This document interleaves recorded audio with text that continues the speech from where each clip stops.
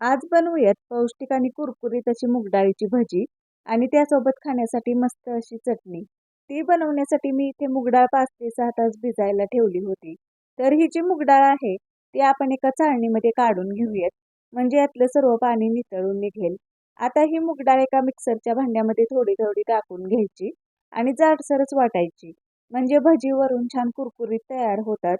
ही एका बाउलमध्ये काढून घेऊया आणि बाकीची सर्व मूग डाळ देखील याच पद्धतीने वाटून घेऊया. या वाटलेल्या मूग डाळीमध्ये थोडीशी हळद, जिरे पावडर, मीठ, लसूण, मिरची, अद्रकची पेस्ट, चिरलेली कोथिंबीर टाकायची. हे सर्व यामध्ये चांगलं मिक्स करून घ्यायचं.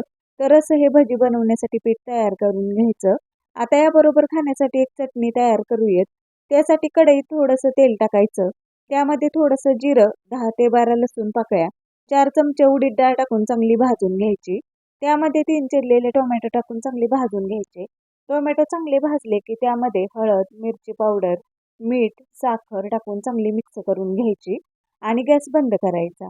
थंड झाल्यावर हे सर्व मिक्सरच्या भांड्यामध्ये घेऊन बारीक वाटून घ्यायचं. यामध्ये थोडंसं पाणी टाकून हे वाटून घ्यायचं.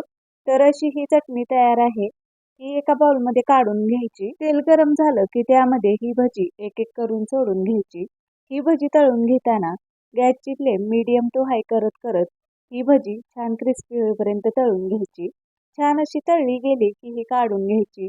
सर्व भजी याच पद्धतीने आपण तळून घेऊया. ही मूग डाळीची भजी या बनवलेल्या चटणीसोबत खूप छान लागतात.